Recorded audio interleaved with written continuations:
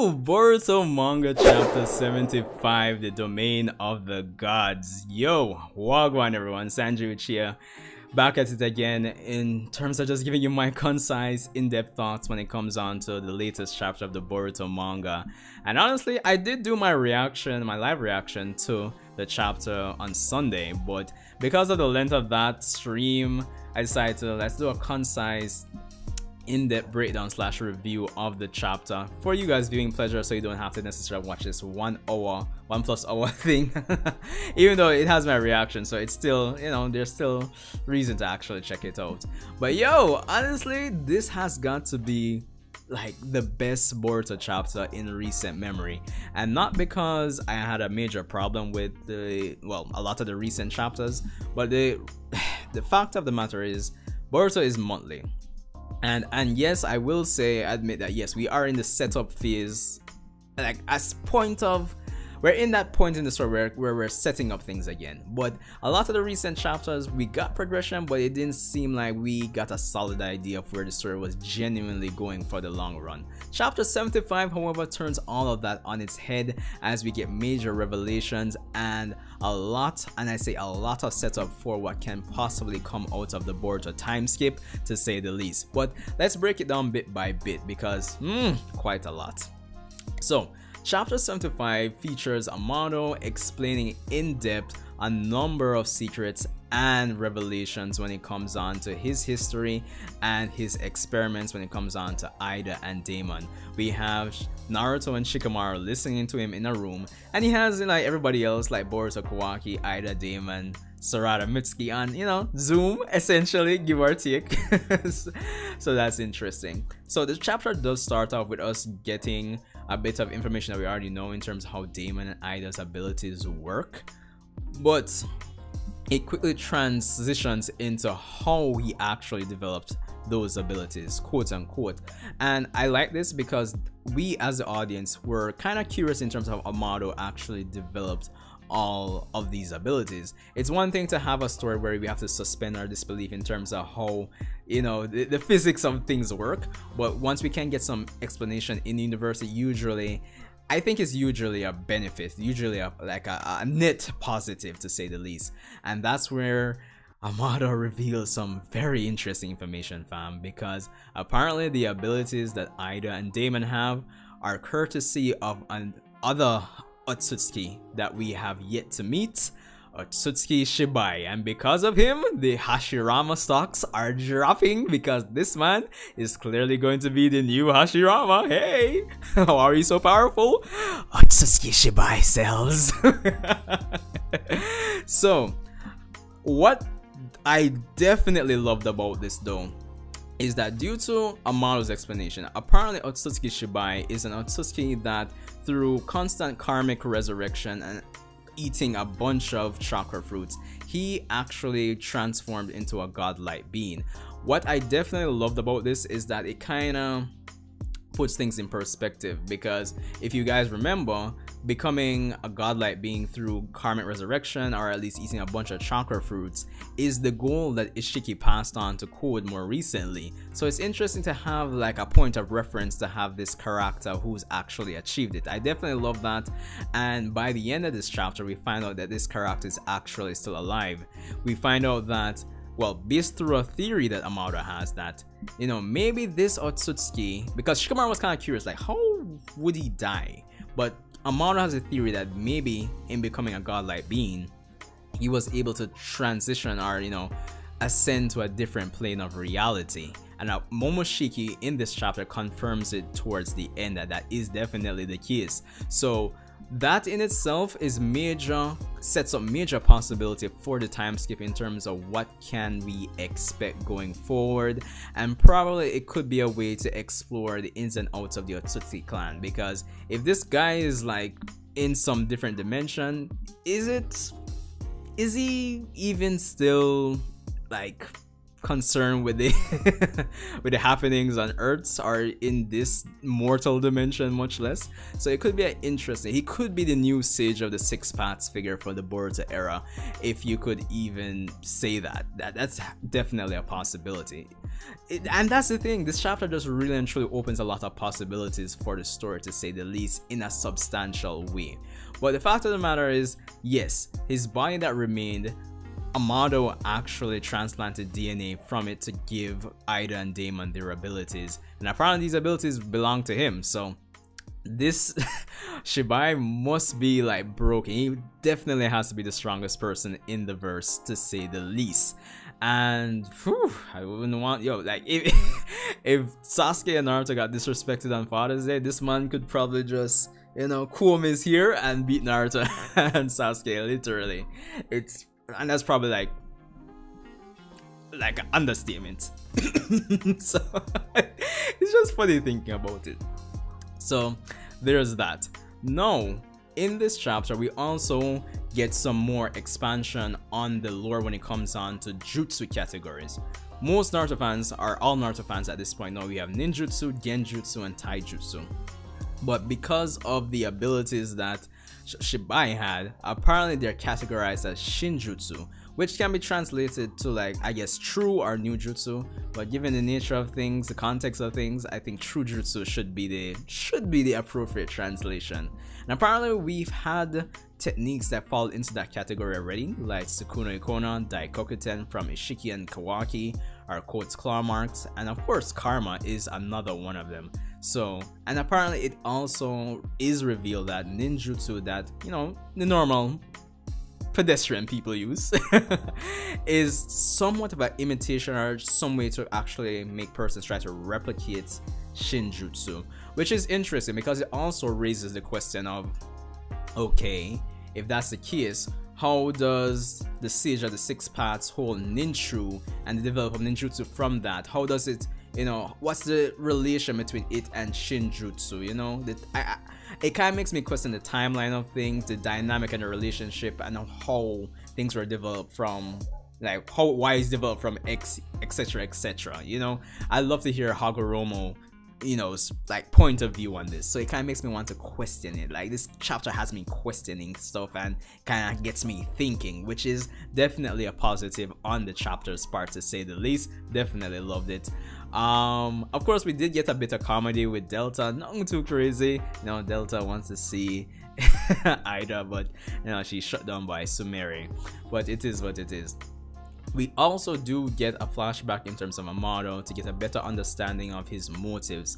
But what I loved about how Kishimoto played on it in this chapter, like how Kishimoto was playing it, is that Amado does reveal that his daughter, he reveals the history of his daughter, right? And apparently she was sick. He tried cloning and digitizing and creating a backup of her memories and using both to revive his daughter. But apparently it didn't work out the way he wanted. But we do get confirmation that Delta is, quote unquote, well, nothing quote unquote, basically a clone of his daughter with her memories, essentially. So that's the interesting tidbit. But it seems like the end result, it didn't really replicate her personality, or what I would say her soul. As Amado even says in this chapter that it seems that there's more to the human consciousness than a collection of memories. And that's hence why we get the revelation that he's actually added his daughter's quote-unquote data to Kawaki's karma, and he plans to create a new body for his daughter, which will allow Kawaki to implant with karma, and through that he'll actually, well, he feels he'll revive his daughter in full.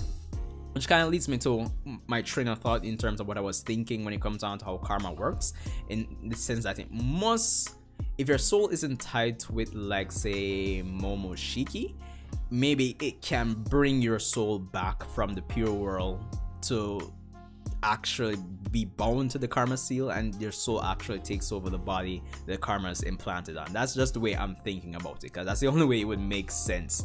Because I'm thinking, other than that, I don't see why how Kawaki's karma, would actually work, unless there's some special way he programmed it, which is obviously the case more than likely. So that's interesting. But what this chapter also excels at doing is that it's one thing to have Amado come out and lay everything on the table, but there's also Kishimoto has made a decision to still leave a bit of mystery, a bit of tension there, a bit of something to look forward to when it comes on to Amado. Because we learned from Momoshiki, who makes an appearance in this chapter, that yes, what Amado is saying is like 99% true, but the enchantment ability of Eida isn't Shinjutsu. Apparently Momoshiki knows like all existing Shinjutsu apparently, but apparently Eida's ability isn't Shinjutsu. And then it raises a question, as Boruto and, you know, Momoshiki are saying, why would Amado have to lie about that? So it could be just, it could be nothing, it could be Kishimoto just playing with our heads, but if nothing else, it's still a net positive for the chapter, because when it comes on to the story, if the story can get us to ask questions and keep asking questions and theorize and all these fine and dandy things, then trust me, your story is doing your story is doing well. So that's the interesting tidbit.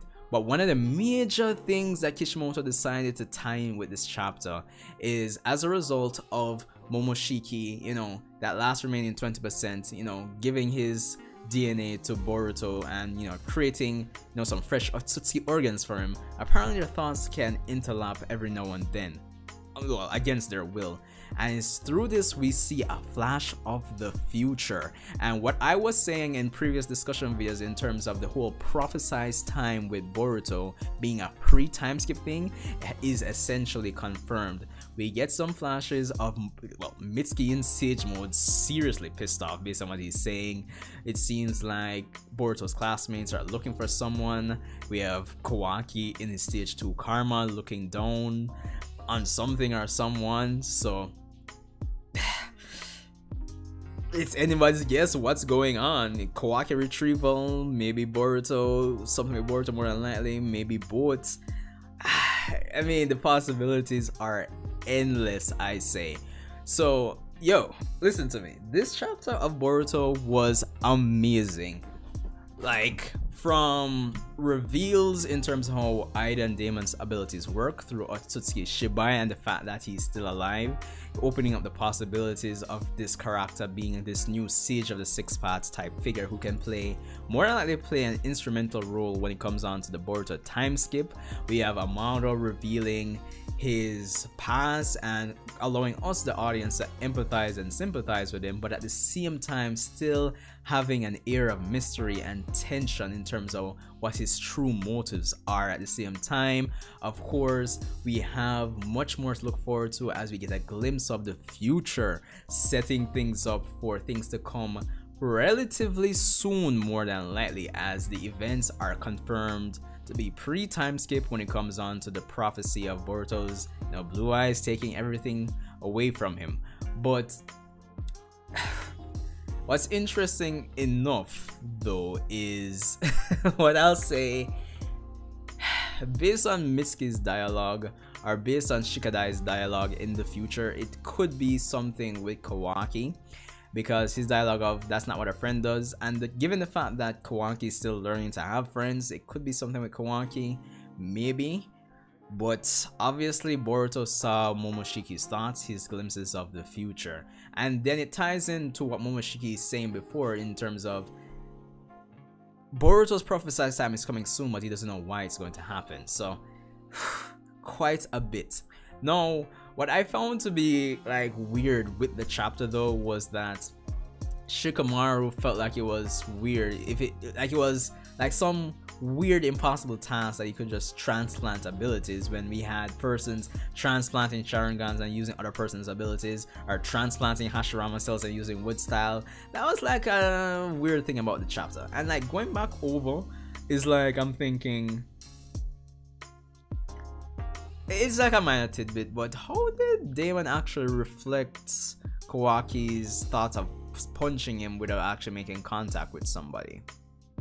Because based on how it's drawn, it doesn't seem like he was touching Eida, like making contact with Eida. So anyway, it is what it is. All in all, amazing chapter, amazing setup.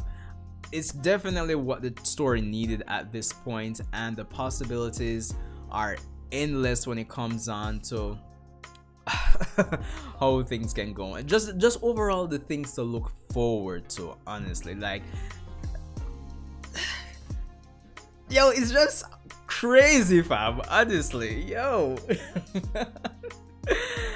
Yo, like, I think the best thing coming out of this chapter, it definitely manages to engage us, the audience, in the most interesting of ways, to say the least. So I'm looking forward to seeing how things are going to go from here. More than likely Code will be making an appearance for next chapter, because we haven't seen him in a while, and we've got quite a bit of stuff on this side. So yeah, and more than likely that conflict is eventually going to lead into the prophesized time. So yeah, amazing chapter. What can I say? It's just amazing. The setup, the lore, the nuances in terms of how things are approached, are executed with Amado, and the information he's revealing, just the dynamic and possibilities when it comes on to the time skip, and building for the time skip and after the time skip through the flash forward to the future with the visions that Boruto got in this chapter, as well as the possibilities when it comes on to Otsutsuki Shibai, and all the questions that we, the audience, are asking as a result of all of these reveals. I mean, how did he get Shibai's body? How, like, ascend into another plane of existence? Like, is he going to be like a Black Zetsu Kaguya person who's going to be revealed to have meddled and interfered with things throughout the entire Boruto story? Is he the next Sage of Six Paths like figure when it comes on to this era? Possibilities are endless.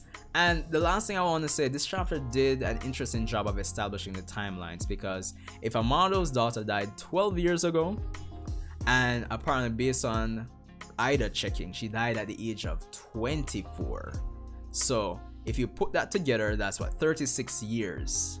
So that's just a few years before she was born, just a few years before Naruto and Sasuke were born, because Naruto and Sasuke should be what, 31 to 33 right now. So interesting tidbit. And we did get the 12-year timeline in terms of her death, like Akibi, before, but 12 years kind of puts things just right after the last Naruto, that the last era timeline there, give or take. So it's interesting. Like, it makes me question, like, what else happened in that timeline? Like, and Kara supposedly, or presumably, being founded probably about 12 years ago. That's very interesting. Very, very interesting. So yeah, but anyway, that's all I have for this one. Amazing chapter of Boruto. I'm looking forward to seeing what the final chapter for 2022 has to hold, and 2023. But all I know is that the time skip definitely isn't happening anytime soon. Sanjay Uchiha, leave a like, let me know your thoughts, and definitely subscribe. Hopefully we can hit 2,000 subs before the end of the year. I'll see you guys in the next Boruto video.